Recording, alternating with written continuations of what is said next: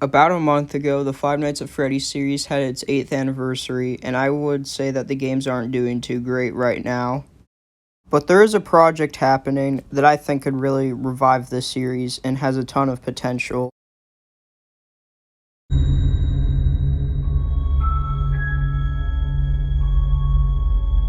Five Nights at Freddy's Plus was a fan game announced in the Fanverse initiative, an event where fan game creators would come together and create fan games approved by Scott Cawthon, the creator of Five Nights at Freddy's.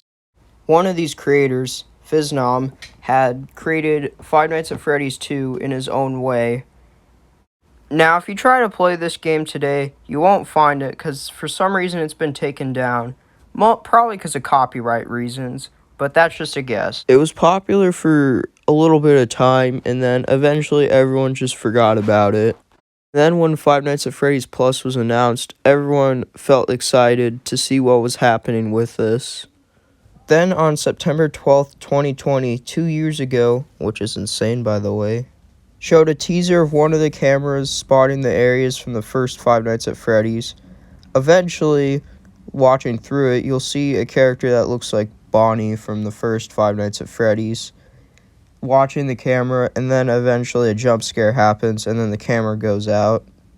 Now, people thought this hinted at a new mechanic, and surprisingly, they were right, as we'll see later in the video. Eventually, months went by, and 4 more teasers were made in the form of VHS-style tapes, most likely trying to recreate the FNaF VHS tape trend that happened a few years ago. But these tapes were called Quiet Hours, Routine Check, Stage Performance, and Night Mode. And it shows some of the character designs, and honestly, they're pretty creepy. Up to this point, FNaF had been known for having character designs that kind of went overkill on the scariness and tried too hard to look scary. But these just looked creepy on their own. Now, I only have one of them playing in the background, but I would say you should probably check out the other ones because they're actually pretty creepy and also really good. Then eventually the final tape, Breaking and Entering, released, which was much longer, having more depth of the location, characters, and overall atmosphere of Five Nights at Freddy's Plus. This was the last we'd get out of FNaF Plus for a while, and then eventually some gameplay was showed off, and I'm going to show you some of it to see what you think of it.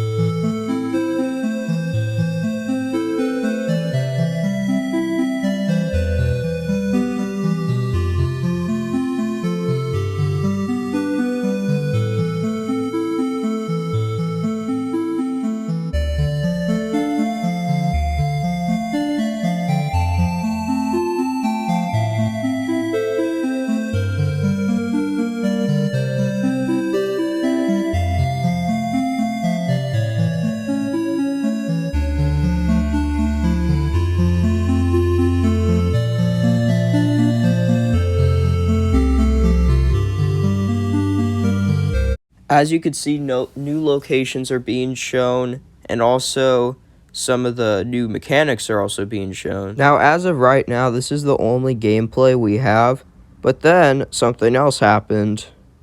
After being taken down from Game Jolt for some reason, the FNaF Plus Steam page was finally launched. Now, you can go wishlist it right now. It doesn't have a specific release date because it's still in development, but we can expect it to release sometime in mid to early 2023. Now for the main question of the video. How can this save Five Nights at Freddy's? You see, Five Nights at Freddy's is now mostly known as a kids series. And in general, the games just aren't scary anymore. Probably because they've been memed and circle jerked into oblivion. However, FNaF has said that Five Nights at Freddy's Plus is going to be way darker and more disturbing than the actual FNaF games, including FNaF leaving the FNaF community because FNaF Security Breach wasn't that scary and was really frustrating to him.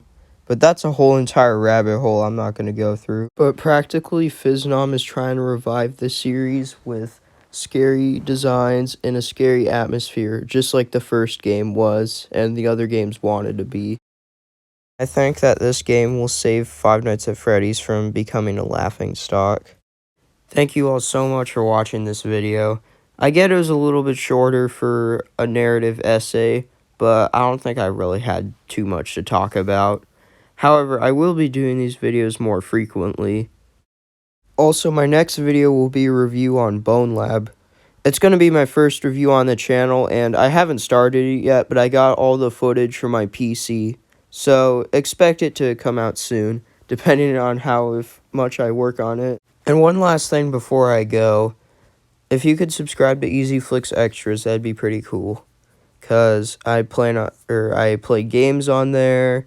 I'm also planning to put some other stuff, but I just don't know what yet. But if you could subscribe, that'd be pretty cool.